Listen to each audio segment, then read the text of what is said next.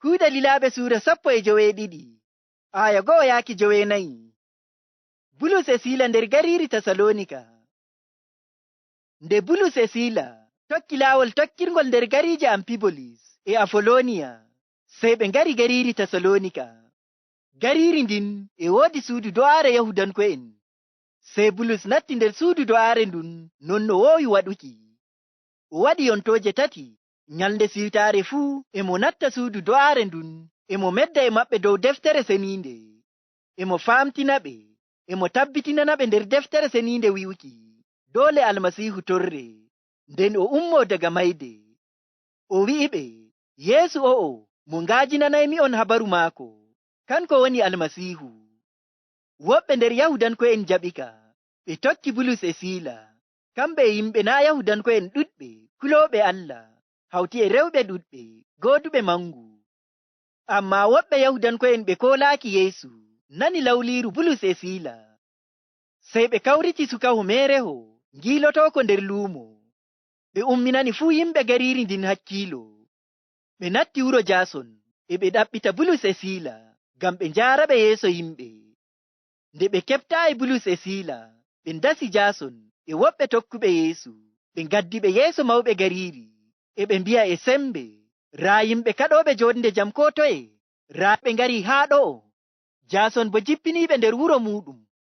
Ɓe fuu ɓe tokkata ko Kaysar laamiiɗo wi'i, e ɓe mbi'a, e woodi goɗɗo laamiiɗo bi'eteeɗo Yeesu. Nde yimɓe gariiri ndin e mawɓe maɓɓe nani non, hakkiilo maɓɓe ummi. Mawɓe maɓɓe ngaɗi Jaason e ɓe nangida njoɓi ceede, nden ɓe njoofi ɓe.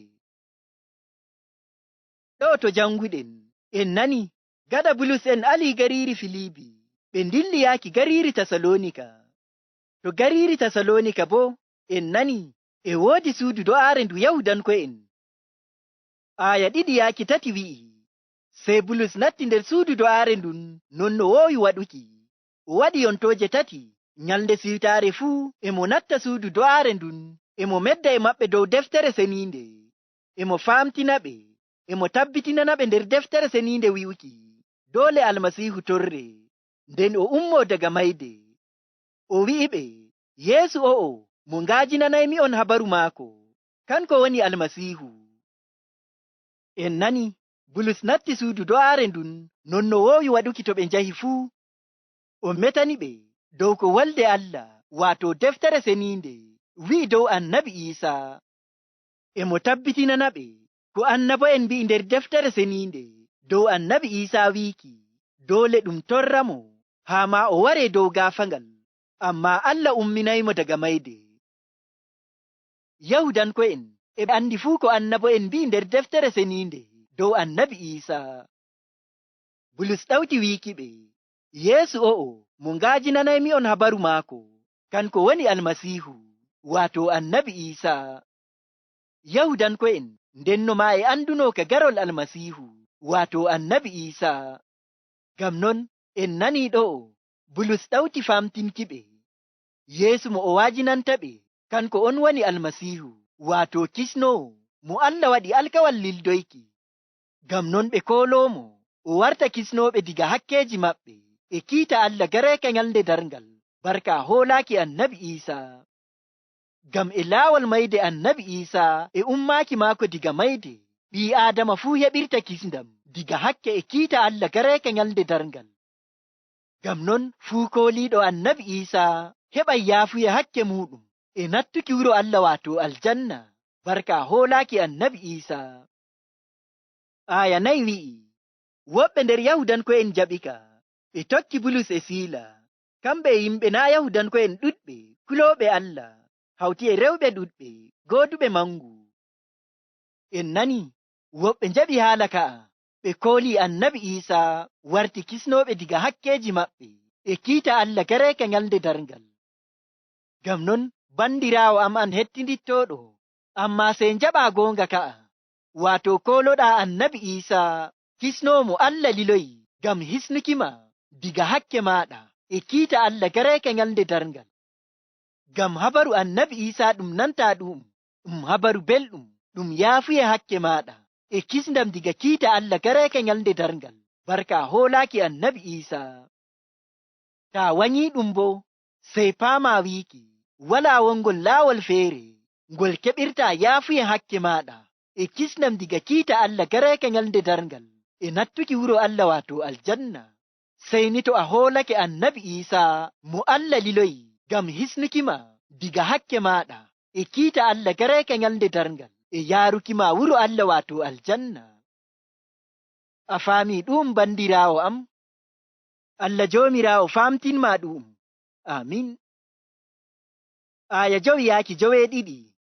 Amma woɓɓe Yahudanko'en ɓe koolaaki Yeesu nani lawliiru Bulus e Siila, sey ɓe kawriti sukahu meereho ngiilotoko nder luumo. Ɓe umminani fuu yimɓe gariiri ndin hakkiilo. Ɓe natti wuro Jaason e ɓe ɗaɓɓita Bulus e Siila ngam ɓe njaara ɓe yeeso yimɓe. Nde ɓe keɓtaayi Bulus e Siila, ɓe ndasi Jaason e woɓɓe tokkuɓe Yeesu. Ɓe ngaddi ɓe yeeso mawɓe gariiri, e ɓe mbi'a e sembe, raa yimɓe kaɗooɓe joonde jam ko toye, raa ɓe ngari haa ɗo'o. En nani ɗo'o Yahudanko'en ɓe koolaaki annabi Iisaa nani lawliiru Bulus e Siila. Ngam non ɓe kawriti sukaho meereho ƴan iskaho ngiilotoko meere nder luumo. Ɓe ngaɗi ko ummini hakkiilo yimɓe fuu nder gariiri ndin. En nani ɓe natti wuro Jaason, jippinɗo Bulus en to wuro muɗum, e ɓe ɗaɓɓita Bulus e Siila. Ammaa nde ɓe ngi'aayi ɓe, sey ɓe nangi Jaason e woɓɓe tokkuɓe Yeesu. Ɓe ndasi ɓe, ɓe njaari ɓe yeeso mawɓe gariiri ndin. Ɓe mbi'i, raa yimɓe kaɗooɓe joonde jam ko toye, ɓe ngari haa ɗo'o. Jaason bo jippiniiɓe nder wuro muɗum.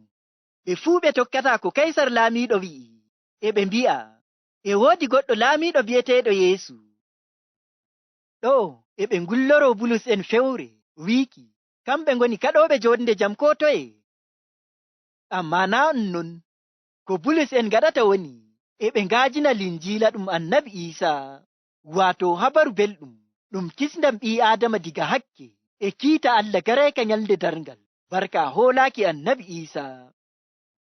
Waato e ɓe tabbitinana yimɓe, e laawol hoolaaki annabi Iisaa tan Allah waɗi ɓii Aadama heɓata yaafuye hakke muɗum, e kisnam diga kiita Allah gareeka nyalnde darngal, e nattuki wuro Allah waato aljanna. Nden en nani ɓe ngullori ɓe wiiki, Bulus en tokkata ko Kaysar laamiiɗo Rooma wi'i. Nden e ɓe ngaajina wiiki, e woodi goɗɗo laamiiɗo bi'eteeɗo Yeesu, waato annabi Iisaa. E yimɓe, ɓe mbi'u non tan ngam ɗum heɓa ko ɗum hiitorto Bulus en. Fuu ɗum fewre, ammaa naa ɗum goonga wiiki, Bulus en gaɗata ko Kaysar laamiiɗo wi'i. Ko Bulus en gaɗata tan woni, e ɓe ngaajina habaru annabi Iisaa. Ammaa en nanaayi to ɓe njawi laamiiɗo, haa ma ɓe nganyi waɗuki ko o wi'i.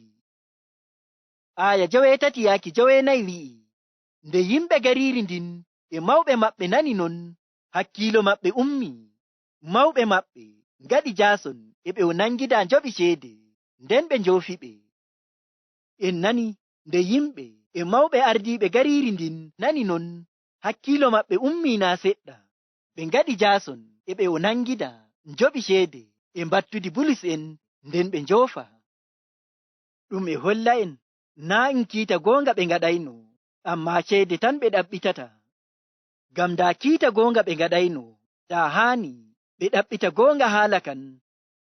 Ammaa en nani nde ɗum hokki ɓe ceede, shikenan haala re'i. Ɗum e holla en iri shiya kiita goonga ka ɗum waɗayno ndenno, kanjum ɗum waɗata haa jooni.